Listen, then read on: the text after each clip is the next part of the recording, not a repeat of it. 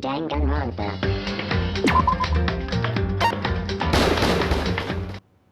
Danganronpa.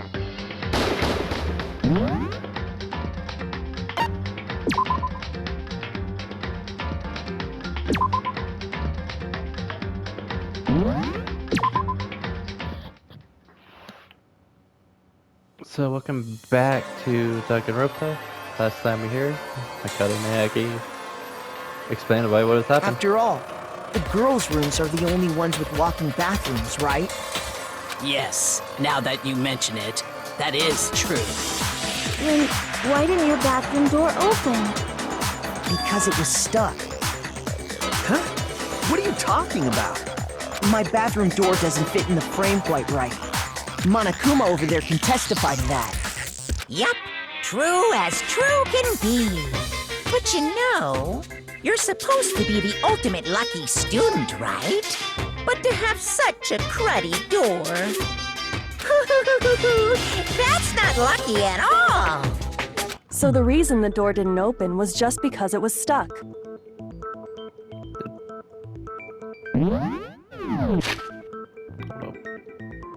Okay, cool. But the killer didn't know that and assumed it was locked. So they tore apart the doorknob to get in.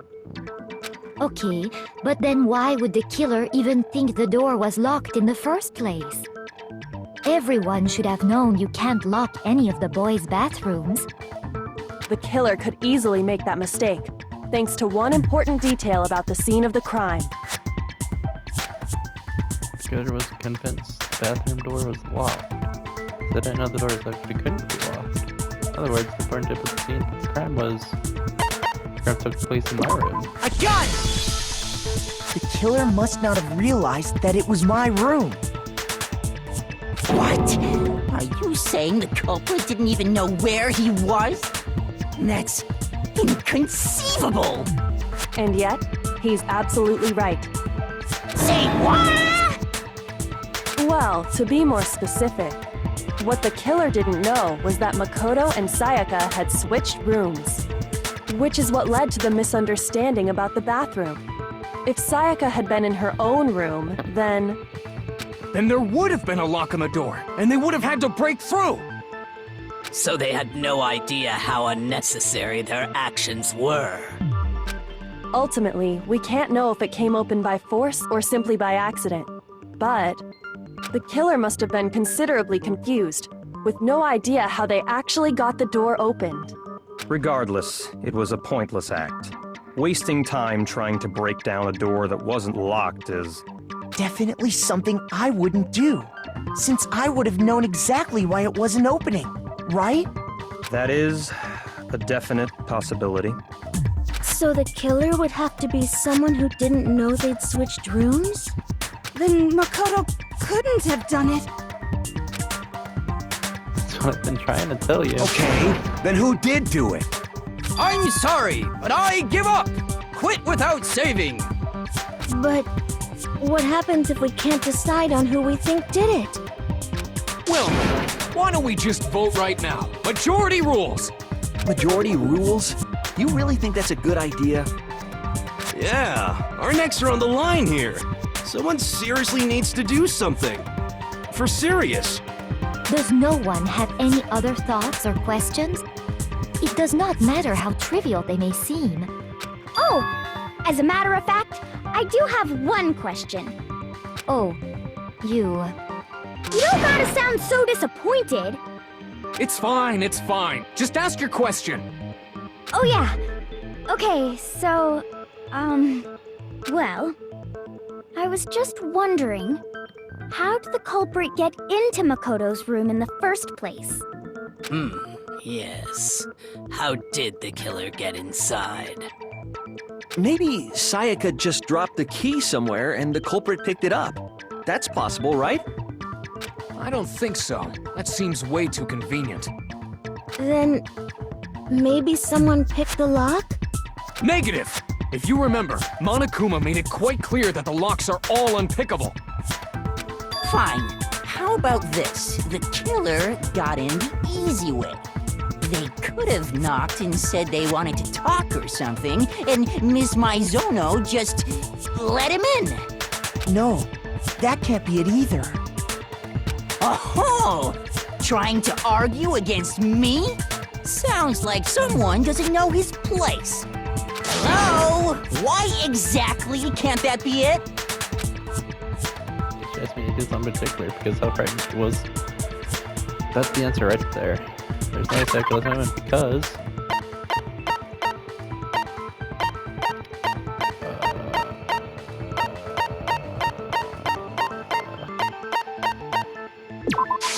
I got it! Might be wrong. Because Sayaka was already scared, remember? That's why she asked me to switch rooms in the first place. Same goes for you, Sayaka. No matter who it is, don't open your door for anyone. David, I'm sure it's you. I absolutely would open it, otherwise what's the point of you switching? Knowing what she'd been through, I just can't believe she would have opened the door for anyone. What if her being scared was a lie? Huh? Well, what the hell is that supposed to mean? Why would she lie about something like that?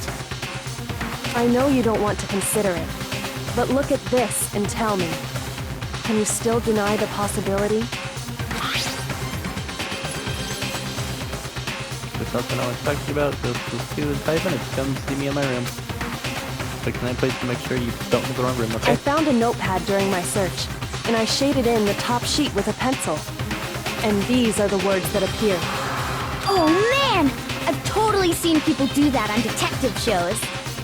When you write, it can leave an imprint. Sketch over the next sheet of paper, and you can see the words. When I saw that, I was like, holy crap! I better make sure I rip the paper out before I use it from now on.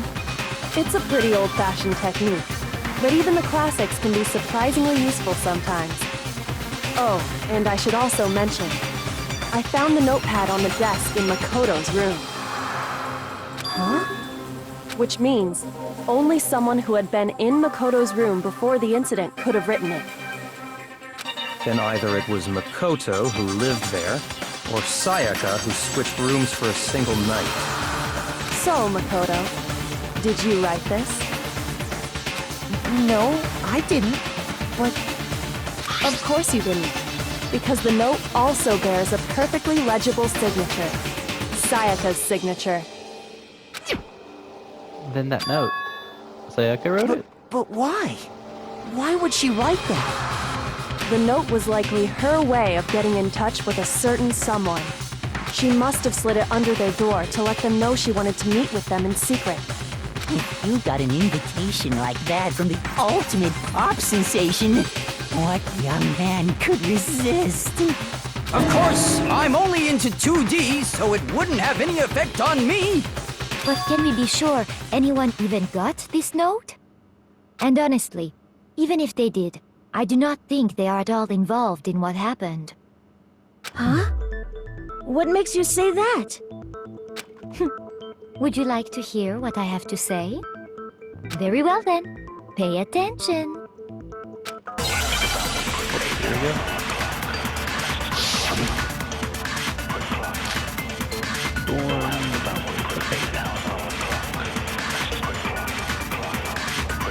Sayaka and Makoto switched rooms, correct? But in the note, the place they were asked to come to, it specifically says, my room. I see. So if someone read that note, then they would have gone to Sayaka's room. Exactly. The room that Makoto was staying in. So in other words, even if someone did read the note and did what it said, they would not have any connection to what happened. It certainly would seem that way. Then Cameron says, hey, because the reason for that is... Because we work a switch between... Yeah, it's Sayaka and Makoto switched rooms, correct? But in the note, the place they were asked to come to, it specifically says, my room. That was wrong. That was hard. Sayaka and Makoto switched in the note, but it specifically said, I see. Then they would have gone to exactly the room that Makoto was staying. There it is. No, it's wrong!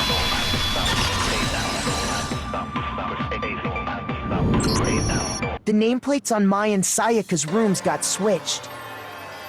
They got switched? That's right. The nameplates got switched, just like the rooms themselves. As a result, the nameplate on Sayaka's room actually had Makoto's name. And the nameplate on Makoto's room had Sayaka's. So what you're saying is, the room Sayaka was staying in was actually marked as her room.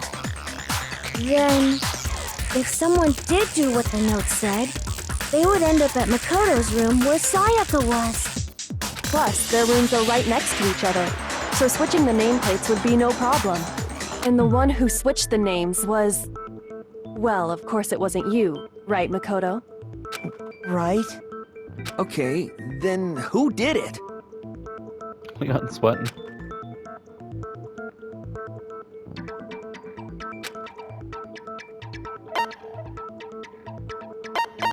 I got it! Me and Sayaka were the only ones who ever knew about us switching rooms. So the only other person besides me who would even know to switch the nameplates was Sayaka. You can also infer as much from her note. So I'm talking to you about just let's do in 5 minutes. Come see me in my room. Check the nameplates to make sure you don't get the wrong one, okay? She specifically tells the reader to check the nameplate. She would only have written that if she knew the nameplates had been switched. But why would she switch them in the first place? She wanted someone to come to the room she was in, and also hide the fact that it was Makoto's room. What? Inviting someone to your room, but not telling them you'd switched rooms. Why would anyone do that? To understand that, we first need to understand what happened after she invited the person into the room. That's where the answer lies. What happened then was probably whoever she invited over came in and attacked her. We figured it out! We know who did it! Whoever she invited over is the culprit! But we still don't know who it is, you goddamn idiot! Sayaka fought with her killer there in the room, yes? Perhaps the answer to our previous question lies in that initial struggle. Yes, I think you're right. Then... we just have to figure out what happened during the fight, right? That reminds me. There was a replica sword at the murder scene. Was that perhaps used during the fight? Oh yeah. What's the deal with that sword? Sayaka suggested I should hold on to it. I thought it might come in handy if I had to defend myself. It seems pretty likely that the killer used it to break Sayaka's right wrist. How the hell could you possibly know that's what broke her wrist? It was the gold.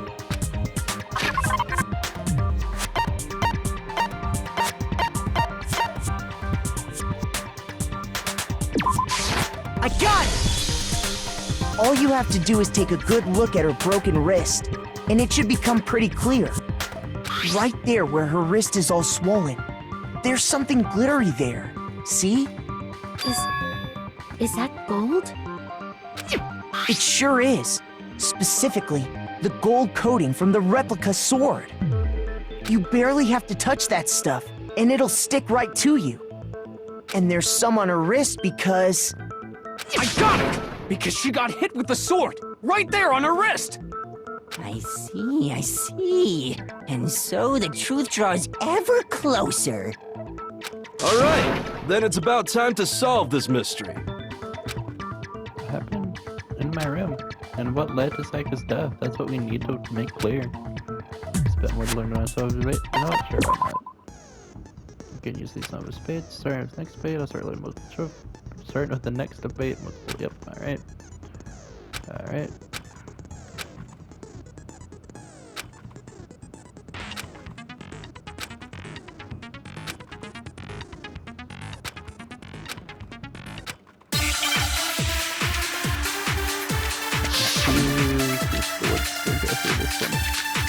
Oh, 3, okay, so that's fun.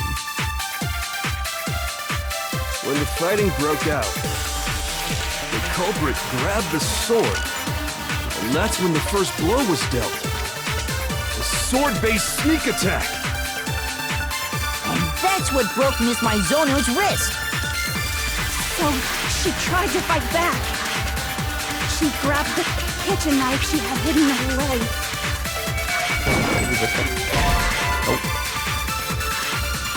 Shoot! When the fighting broke out, the culprit grabbed the sword, and that's when the first blow was dealt. The sword-based sneak attack. And that's what broke Miss Mizono's wrist. So she tried to fight back. She grabbed the kitchen knife she had hidden away. But then the culprit took that from her too. And they killed her with it. And that's exactly what happened. It was really good attack first, and no fish and fights on part of the sword got damaged. Okay, yeah. When the fighting broke out, the culprit grabbed the sword, and that's when the first blow was dealt. The sword-based sneak attack. No, that's wrong!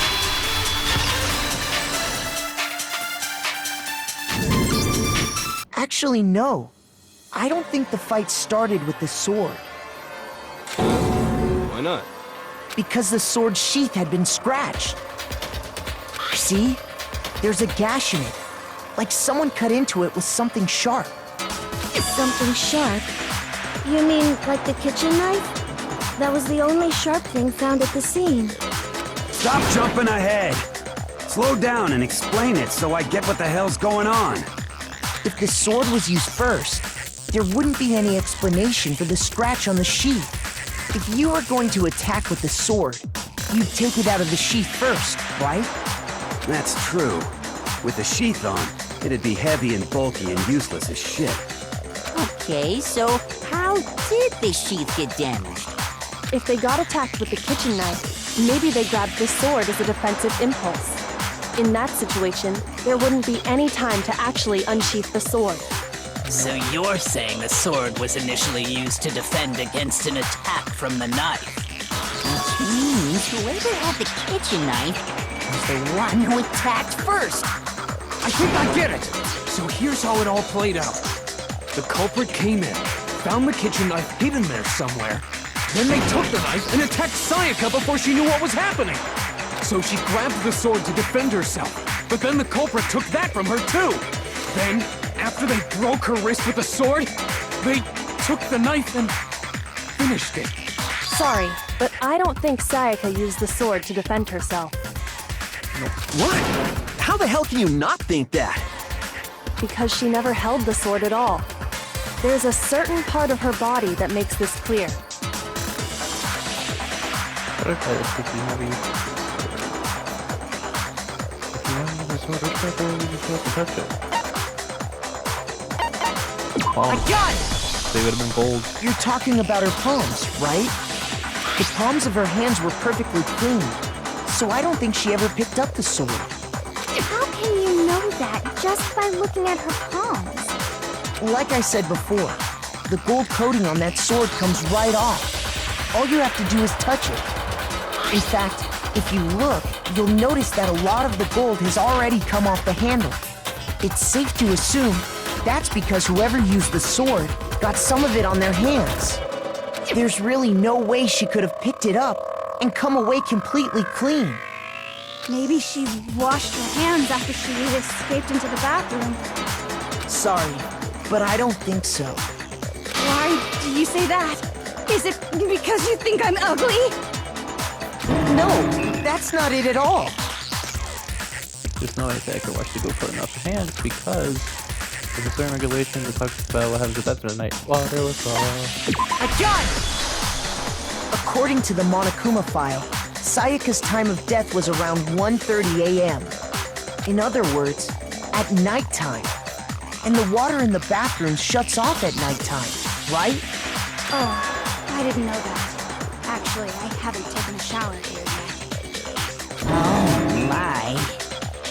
You're no different. You smell like a big, fat, ugly donkey. That being said, I think I'm going to leave it here.